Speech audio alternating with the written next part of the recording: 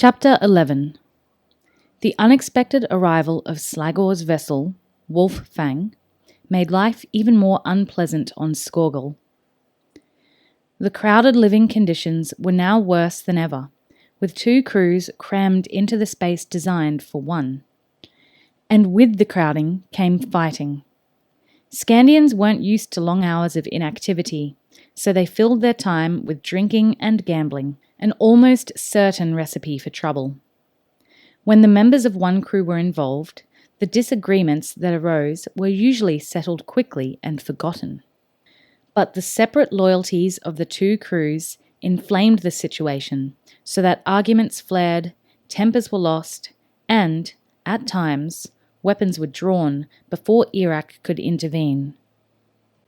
It was noticeable, Will thought, that Slagor never raised his voice to quell the fights.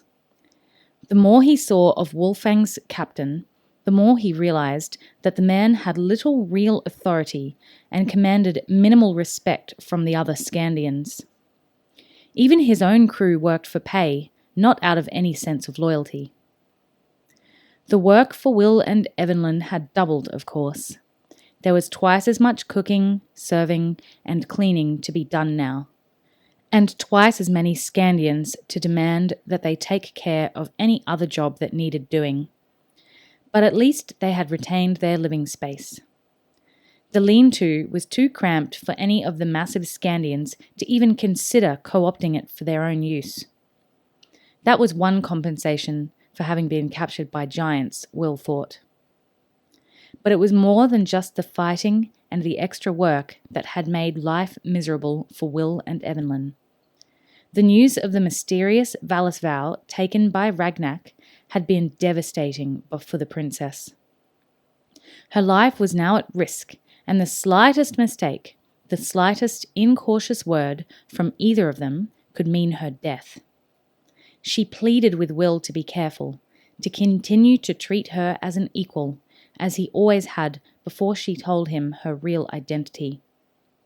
The least sign of deference on his part, the smallest gesture of respect, might well raise suspicions and spell the end for her. Naturally, Will assured her that he would guard her secret. He schooled himself never to think of her as Cassandra, but always to use the name Evelyn, even in his thoughts. But the more he tried to avoid the name, the more it seemed to want to spring unbidden to his tongue. He lived in constant fear that he would inadvertently betray her.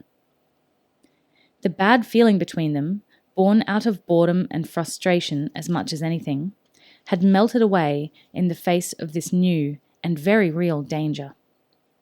They were allies and friends again, and their resolve to help and support each other regained the strength and conviction that they had enjoyed in their brief time in Celtica. Of course, Evelyn's plan for ransom was now totally destroyed. She could hardly reveal herself to a man who had sworn to kill every member of her family. That realization, coupled with her own natural resentment at being forced to do menial, unpleasant work, made her life on Skorgel miserable. The one bright spot in her life was Will. Always cheerful, always optimistic, always encouraging. She noticed how he unobtrusively took the worst, messiest jobs for himself whenever possible, and she was grateful for it. Thinking back on the way she had treated him a few days earlier, she felt ashamed. But when she tried to apologize, and she was straightforward enough to admit that she had been in the wrong, he dismissed it with a laugh. "We're all a little cabin crazy," he said. "The sooner we get away, the better." He still planned to escape, and she realized she must accompany him. She knew he had something in mind, but he was still working on his plan, and so far he hadn't told her the details. For now, the evening meal was over, and there was a massive sack full of wooden platters, spoons, and mugs to clean in the seawater and fine gravel at the water's edge. Sighing, she bent to pick them up. She was exhausted, and the thought of crouching ankle-deep in the cold water while she scrubbed at the grease was almost too much to bear. I'll do those, Will said quietly. He glanced around to make sure none of the Scandians were watching, then took the heavy sack from her. No, she protested. It's not fair. But he held up a hand to stop her.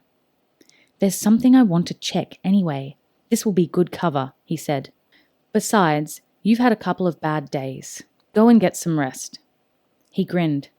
If it makes you feel any better, there'll be plenty of washing up to do tomorrow. And the next day. You can do it all while I skive off. She gave him a tired smile and touched his hand in gratitude. The thought of stretching out on her hard bunk and doing nothing was almost too good to be true. Thanks, she said simply. His grin widened, and she knew he was genuinely glad that relations between them were back to normal. At least our hosts are enthusiastic eaters, he said cheerfully. They don't leave too much on the plates. He slung the sack and its clattering contents over his shoulder and headed for the beach. Smiling to herself, Evelyn stooped and entered the lean-to. Jarl Eirik emerged from the noisy, smoke-filled mess hut and took a deep breath of the cold sea air. Life on the island was getting him down, particularly with Slagor not pulling his weight in maintaining discipline. The man was a useless drunk, Eirik thought angrily, and he was no warrior. It was common knowledge that he selected only lightly defended targets for his raids and never took part in the fighting. Eirik had just been forced to intervene between one of his own men and one of Wolf Fang's crew of criminals. Slagor's man had been using a set of loaded dice and, when challenged, he had drawn his sax knife on the other Scandian. Eirik had stepped in and knocked the Wolffang crewmen senseless with one massive fist. Then, in order to show an even-handed approach, he was forced to knock his own man out as well. Even-handedness, Scandian style, he thought wearily. A left hook and a right cross. He heard the scrunch of feet in the gravel of the beach and looked up to see a dark figure heading towards the water's edge. He frowned thoughtfully. It was the Araluen boy.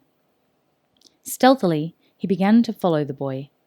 He heard the clatter of plates and mugs being spilled on the beach, then the sound of scrubbing. Maybe he was just doing the washing up, he thought. Maybe not. Stepping carefully, he worked his way a little closer. Eirik's concept of stealth didn't quite match Ranger standards.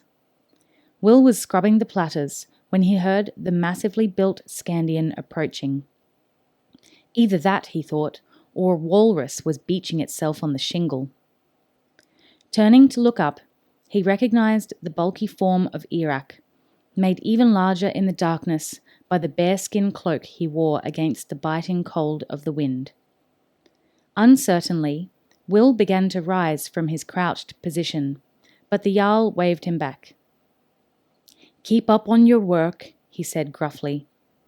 Will continued to scrub, watching the Scandian leader out of the corner of his eye as he gazed across the anchorage and sniffed at the storm-born air. Stinks in here, Eirik muttered finally. Too many people in too small a space, Will ventured, eyes down and scrubbing at the plate. Eirik interested him. He was a hard man and a pitiless fighter, but he was not actually cruel. Sometimes, in a gruff way, he could seem almost friendly. Eirik, in turn, studied Will. What was he up to? He was probably trying to figure out a way to escape, Eirik thought. That's what he'd be doing in the boy's place. The apprentice ranger was smart and resourceful.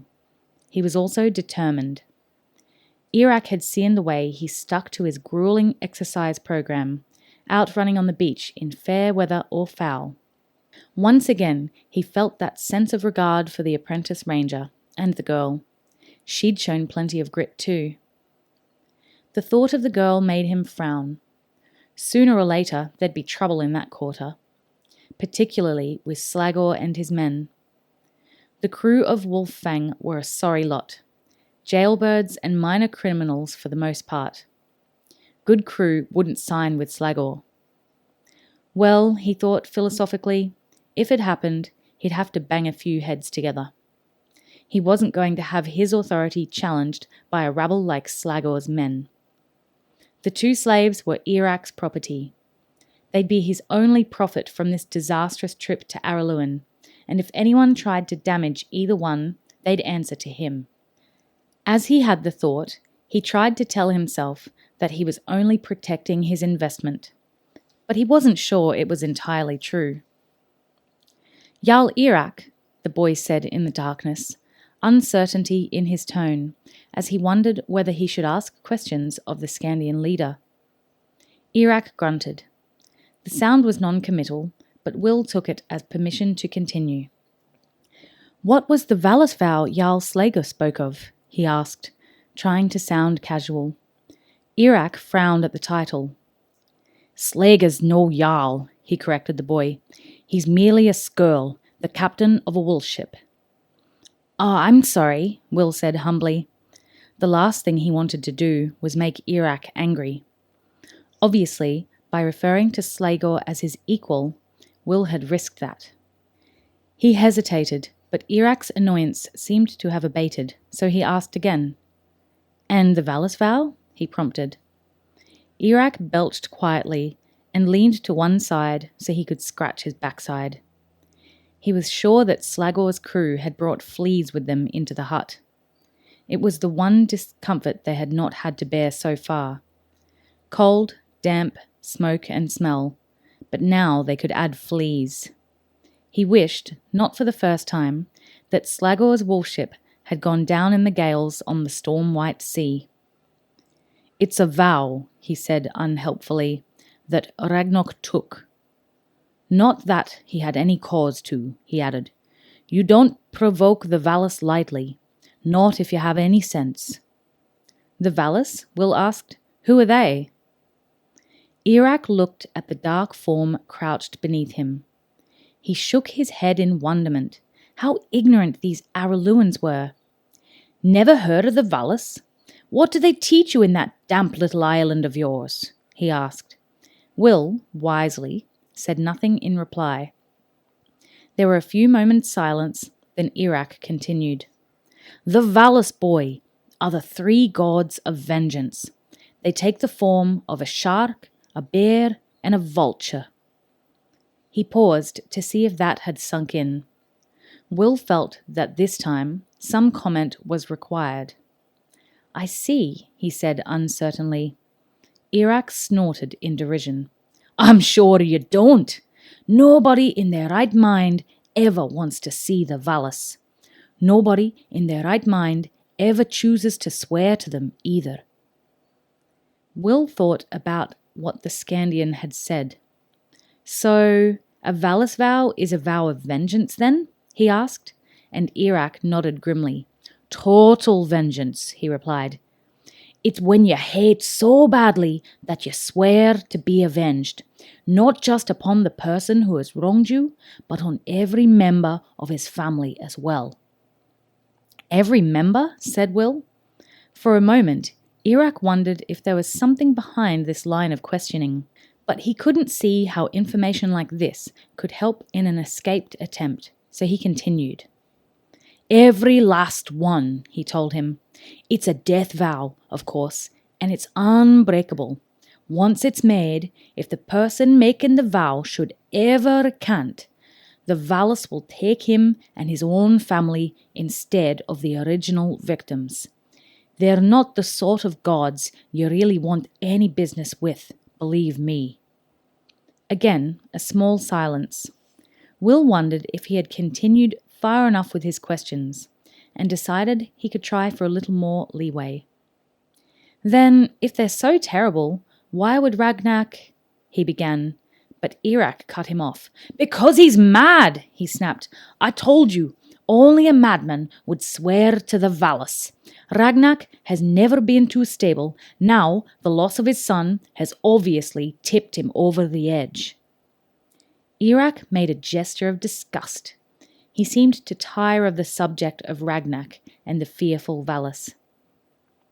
Just be thankful you're not of Duncan's family, boy, or Ragnak, for that matter.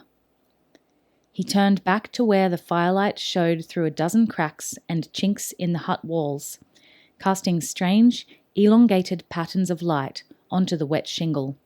Now, get back to your work, he said angrily, and strode back towards the heat and smell of the hut. Will watched him, idly sluicing the last of the plates in the cold sea water. We really have to get out of here, he said softly to himself.